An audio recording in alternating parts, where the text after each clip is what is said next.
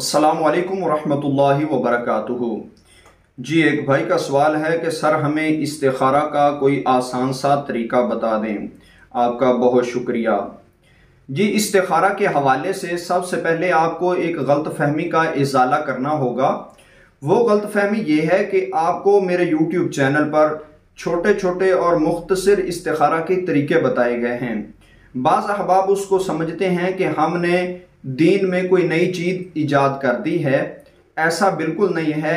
हम कौन होते हैं कि दीन में नई चीज़ ईजाद करें?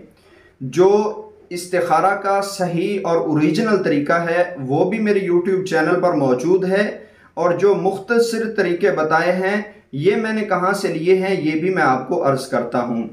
दोस्तों, जो सुन्नत इस्तिखारा है वो तो 2 रकत नफल वाला है, जिसमें आपको मसनून इस्तिखारा की दुआ पढ़ना होती है और अपना मकसद जहन में रखते हुए दुआ पढ़ के अल्लाह की बारगाह में आपने रुजू करना होता है।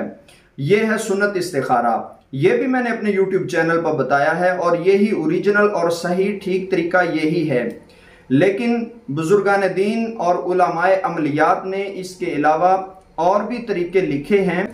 इसमें भी कुछ ऐसे तरीके मौजूद हैं जो बाद के उलमा ने अख्ज़ किए हैं लोगों की रहनुमाई के लिए, लोगों की तशख़ीस करके उनका इलाज करने के लिए, जिससे उनको फ़ायदा मिला है। जहाँ पे उन्होंने तजर्बात किए हैं उन्हीं तजर्बात को उन्होंने अपनी किताबों में लिखा है और लोगों तक शेयर किया है।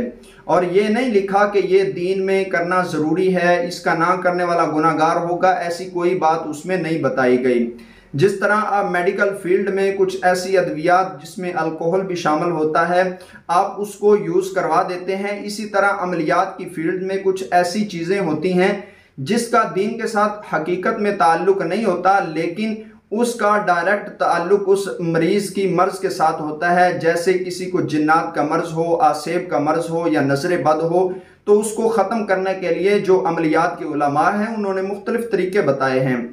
उन्हीं तरीकों में से एक तरीका मुख्तसर इस्तिखारा का तरीका है, जिसमें आप अपने रोज़मर्रा के मामलात में अपने फ़ैसलों में गलत या सही का ऑप्शन जांचने के लिए अगर आपको कोई मशवरा नहीं दे रहा तो आप अल्लाह की बारगाह में रुजू करते हैं, तो आपको वो वजीफ़ा पढ़ने से, वो अमल करने से दिली इत्मीनान हो जाता है कि ये काम मेरे लिए ठीक है या नहीं।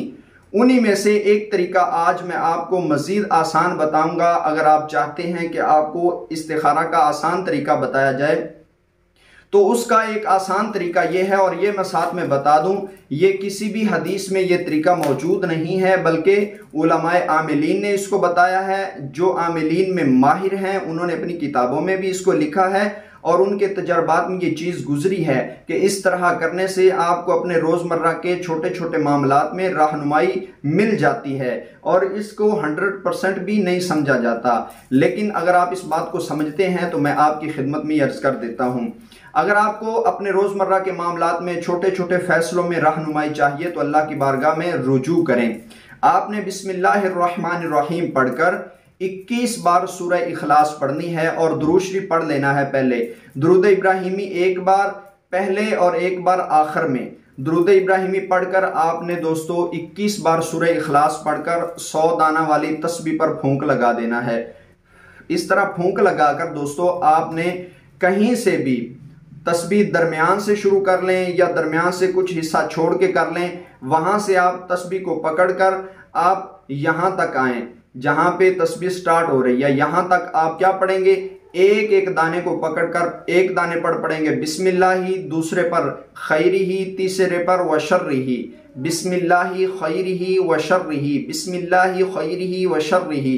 ये एक एक दाने पर पढ़ते पढ़ते पढ़ते पढ़ते जो आखिर पे आपको जवाब मिलेगा, अगर जवाब मिले बिस्मिल्लाही पर अच्छा, खैरिही पर बहुत अच्छा और शर्रिही पर बिल्कुल भी सही नहीं, ये आपको मुख्तसरन जवाब आपके रोज़मर्रा के मामलात में छोटे छोटे मसाइल में आपके दिली इत्मीनान के लिए ये मामलात किए जाते हैं। तो ये इस्तिखारा का आसान और ऐसा तरीका है कि जिससे आप अपने रोज़मर्रा के मामलात में रहनुमाई ले सकते हैं। अगर ये अमल अच्छा लगा तो मज़ीद लोगों में शेयर कर दीजिए। मुझे दीजिए इजाज़त, नई वीडियो के साथ आपकी खिदमत में हाज़िर होऊंगा। अस्सलामु अलैकुम वरहमतुल्लाहि वबरकातुहू।